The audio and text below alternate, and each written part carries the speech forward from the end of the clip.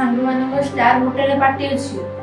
एते बड़ टंका तू नष्ट करिवु एटा ठीक कथा नय पायो।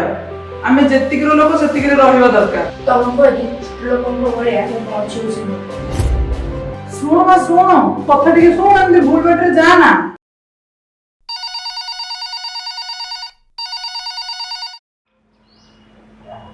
हेलो मैडम आपनकर गोटे पार्सल आस्तिला।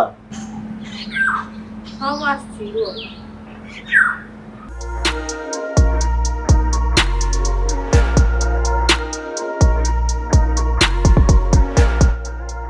पायल ए ड्रेसटा केबे आनलु? एटा तो बहुत दामी हे दिबो। हां मात्र 2000 टका। तू तो जानि छु हमर रोजगार कम एते टका तू कोठु आनलु? तम एते मुंड परिया दरकार नहीं मो कथा मो बुझिबी। ड्रेसटा तो आसी गला हेले इयरिंग टा कोठु आनिबी? पार्टी को जीवा पई हेले इयरिंग टा तो निहाती दरकार। कोठु आनिबी हाँ मीनू पाखरु आनिबी ता पाखे थिबो।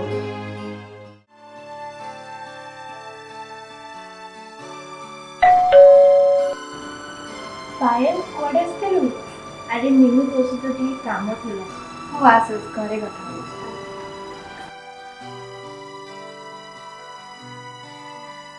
अरे पायल कौन कहूथिलु? से कथा कह के आज मोर पार्टी अछि तो तोर टी इयरिंग मते दरकार। अच्छा हो ठीक अछि तू बस्ता मु नै के आछी।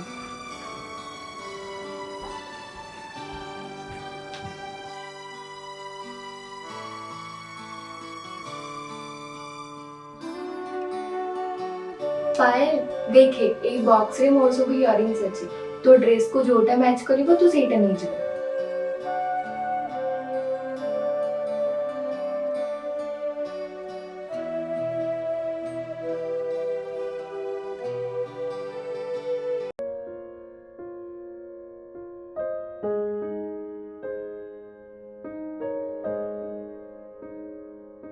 एटा मु नोछि आज पार्टी सरी गले काली तते फेरे देबी।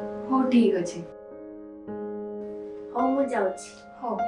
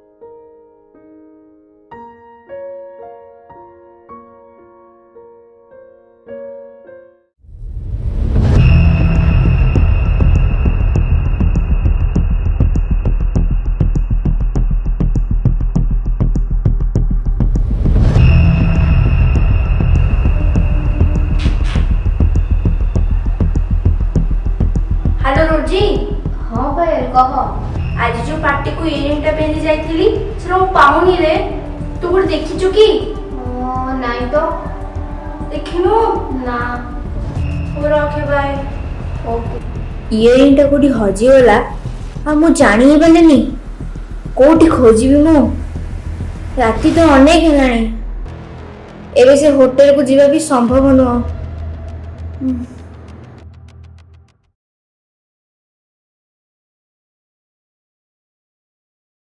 ଇୟରିଂଟା ବି ମିଳିଲାନି। ମିନୁଠୁ ଆଣିଛି ମାନେ ଯେମିତି ହେଲେ ତାକୁ ଫେରେଇବାକୁ ପଡ଼ିବ। କ'ଣ କରିବି ମୁଁ? ହଁ, ଗୋଟେ କାମ କରୁଛି, ସାଙ୍ଗମାନଙ୍କୁ ଯାଇ ମାଗିବି। ହେଲେ ମୋତେ ତ ଟଙ୍କା ଦବ କିଏ? ନା, ମୋତେ କୋଉଠିକି ଗୋଟେ ଯାଇ କାମ କରିବାକୁ ପଡ଼ିବ।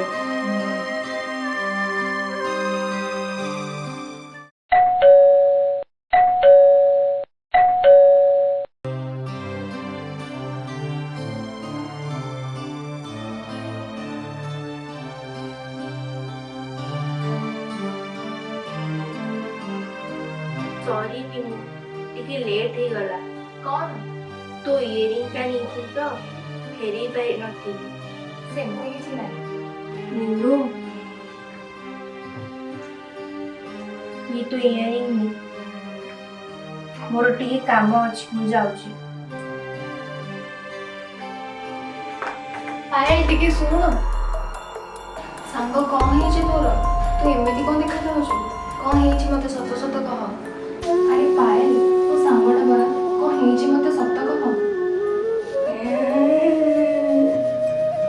ଦେଖ, ତୋତେ କହିବାକୁ ପଡ଼ିବ। ସେଦିନ ତୋ ଠାରୁ ଇୟରିଂଟା ନେଇକି ପାଟିକୁ ଗଲି, ଫେରିକି ଦେଖେ ତ ଇୟରିଂ ନାହିଁ। ଆଉ ତାପରେ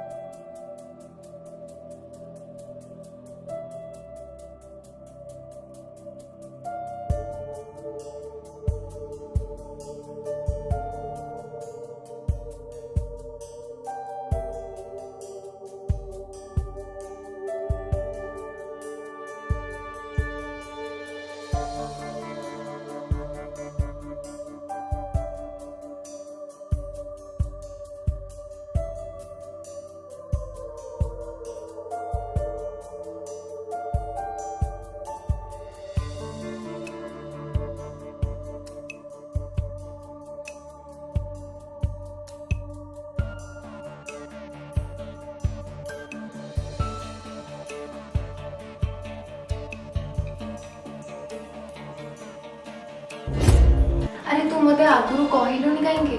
ସେଟା ଡାଇମଣ୍ଡ ଇୟରିଂସ୍ ନଥିଲା, ଇମିଟେସନ୍ ଥିଲା। କ'ଣ ଆଉ କହିଥାନ୍ତି? ତୋ ଇୟରିଂଟା ଫେରେଇ ନଥାନ୍ତି? ହଉ ଛାଡ଼, ଯାହା ହେଲା ହେଲା। ଆସ ତ ଡାଇମଣ୍ଡଟା ନେଇଯିବୁ।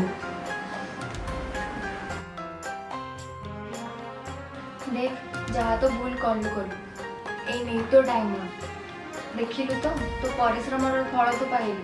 ମନେ ରଖ, ନିଜଠାରୁ ଅଧିକ ଦେଖେଇ ହେଲେ ଏମିତି ଅବସ୍ଥା ହୁଏ। ଦେଖିଲେ ତ ସାଙ୍ଗମାନେ ମୁଁ କିପରି ହଇରାଣରେ ପଡ଼ିଲି। ଆଜିଠାରୁ ମନେ ରଖନ୍ତୁ, ଆମେ ଯେତିକିର ଲୋକ ସେତିକିରେ ରହିବା ଦରକାର। ନିଜଠାରୁ ଅଧିକ ଦେଖେଇ ହେଲେ ମୋ ଭଳି ହଇରାଣରେ ପଡ଼ିବେ।